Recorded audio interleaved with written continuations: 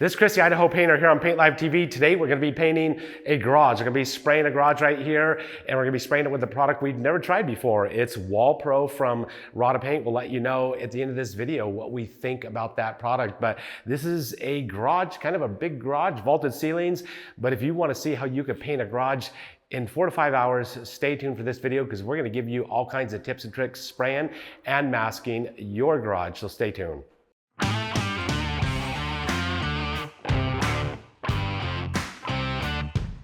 All right, so here it is, the garage. We've already started the masking process. As we go, we're gonna give you some tips and tricks. Masking and spraying is always gonna be significantly faster, where there are some things we're just going to hand cut around with a 4-inch roller and a 3-inch brush, because it's a little bit faster to cut around some of the metalwork on the garage hinges and springs. Customer wanted the metalwork coming down that suspends the garage door openers sprayed the same color as the rest of the garage.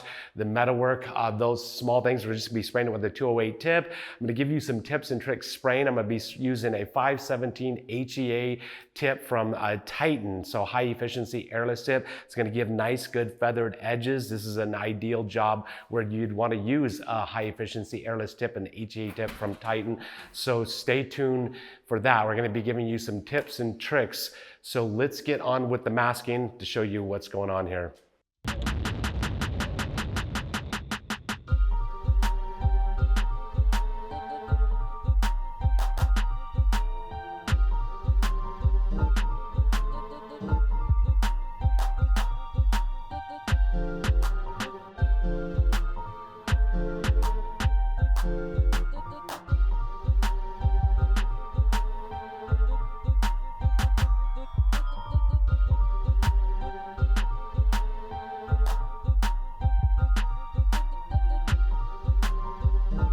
All right, so I'm masking right along here, the overhead springs, the garage door and stuff. And this is kind of an area we're gonna spray around a lot of this. It's a lot easier to spray around some of it, but when it comes to the hardware right here that's mounted, the customer wants, the hardware to not be painted. So it's a little bit easier. I'm masking just to keep any overspray off, if I get a little bit careless with the sprayer, but typically I'm going to spray around this stuff and stay away from it, and then we're going to hand cut it in.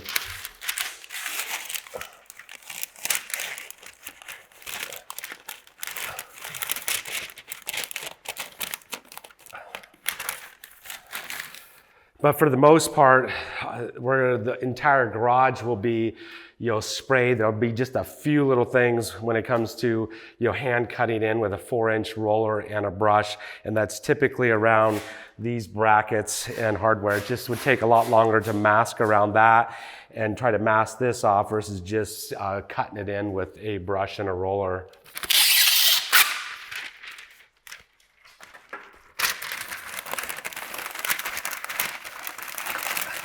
But even though I'm cutting it in, I'm still just gonna throw some masking along the edge and not be very particular about it, but just to protect the door and hardware.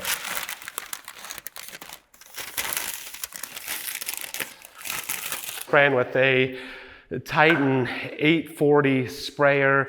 Going to be using a HEA tip, which is a low pressure tip. It's going to run around 800 to 1,000 PSI. So really good time to use something like that. We've got a lot of space. We don't want any hard edges. We want nice feathered edges spraying in here. Don't want to use a lot of pressure, creating a lot of dust and overspray.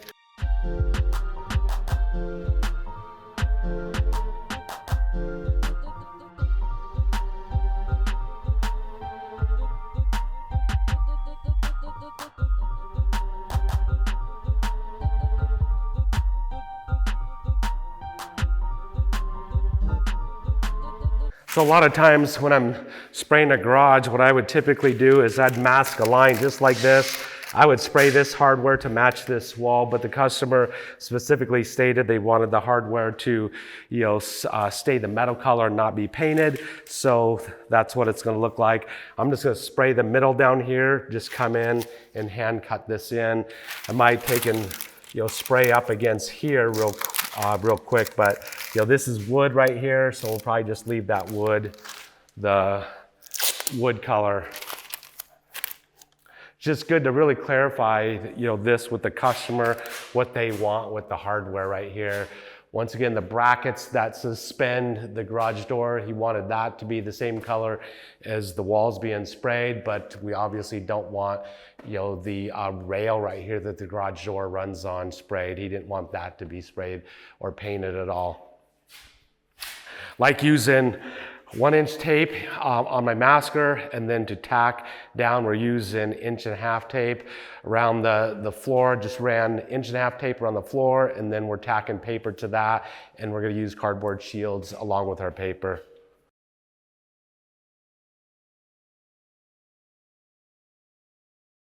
So it is winter time here in Boise, which poses a few challenges when it comes to painting a garage, because the garages typically are not heated. This garage is not heated, but it's fairly warm inside. We did bring some heaters with us, and we're heating the garage up.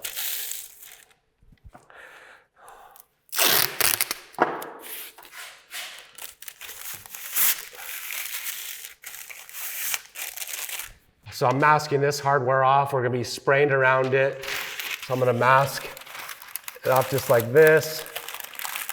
I don't want any overspray falling on top of this, but I'm gonna actually hand cut around this hardware, so I don't wanna worry about masking it perfectly, but I'll spray around it as close as I comfortably can get around it without getting overspray on it.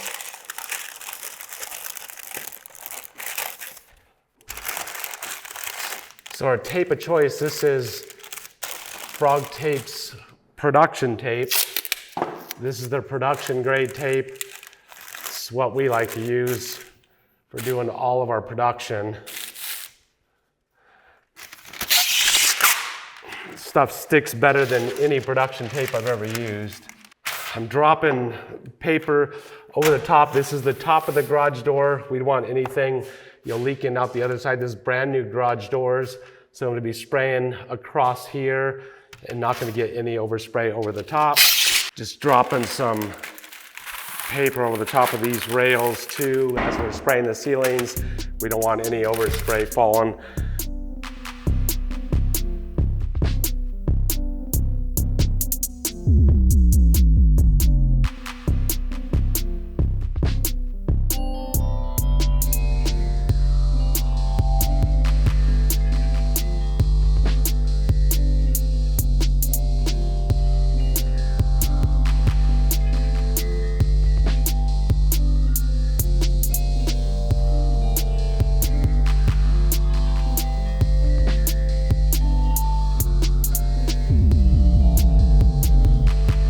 So we're masking right along. It's gonna take us about another 30 minutes to get the masking done. There's only a few things in this garage that we gotta cover with plastic. One of the nice things about this garage, we don't have to cover all the floors with drop cloths because they're gonna be grinding this floor and doing an epoxy. So the floors already got the drywallers came in here, did a lot of taping and texturing, didn't cover anything, and there's tape and texture mud all over the floor.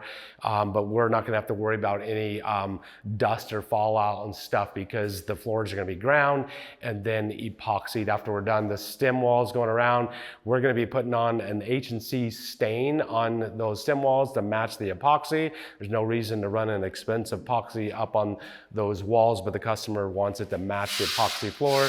So we're gonna be running H&C stain up on that.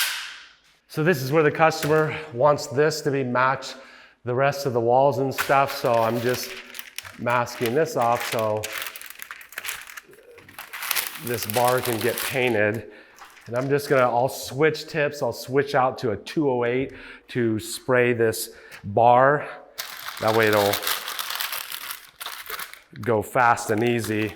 You can, if you're concerned about overspray, getting too much overspray around that bar, we can get somebody to just run a 4-inch, roller on this part of it. Thing I'm concerned about is all the holes in this. If you run a roller on that, you might get a lot of drips and stuff. So it's just take a cardboard shield and just spray it with a cardboard shield. So we did have a wood support beam right here. Customer did not want that painted. Just quickly wrapped a piece of 9-inch paper around that and then drop plastic over that to cover this. Any overspray, dust, fallout, just to protect that so it doesn't get anything on it. All right, I'm masking a window right here, and we're going to be caulking same day that we spray this thing.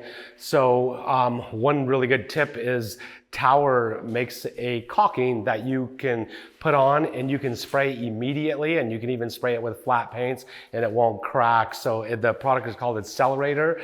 So you can caulk this with Accelerator, spray it, pull it. If you're gonna be brushing and rolling, you can actually brush or roll over the Accelerator caulking within 30 minutes. So it's an awesome product if you wanna paint over your caulking immediately, but there's kind of a gap in this window that the drywallers didn't fill. We want that to look crisp and clean.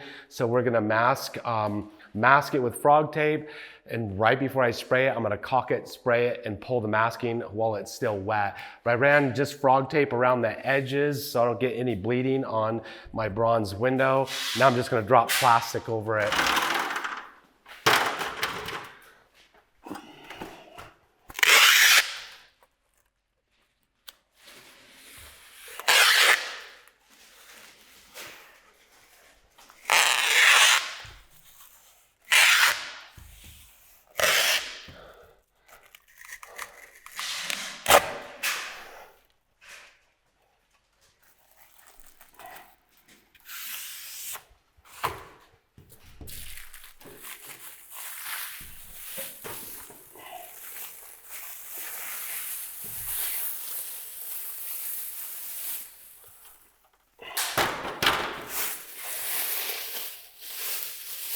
So sometimes I do like to, run my masking, first around the edges if I want to make sure I'm getting a perfectly straight line.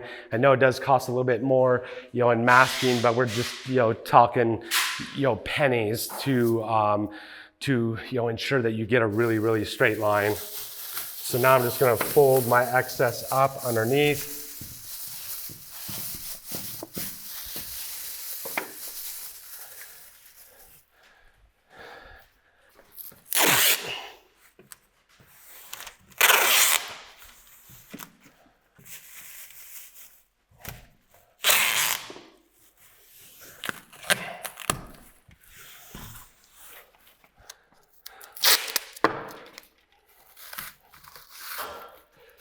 Always pay particular attention to your corners, that there's no leaks.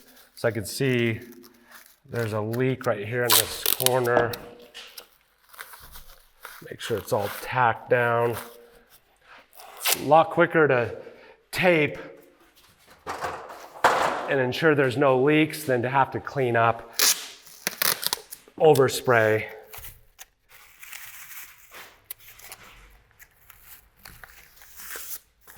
So we've got all the masking just about done. We're getting ready to start doing our spraying. We've got a few items here we can't take outside because it's raining, it is wintertime. And so we're just dropping plastic over them.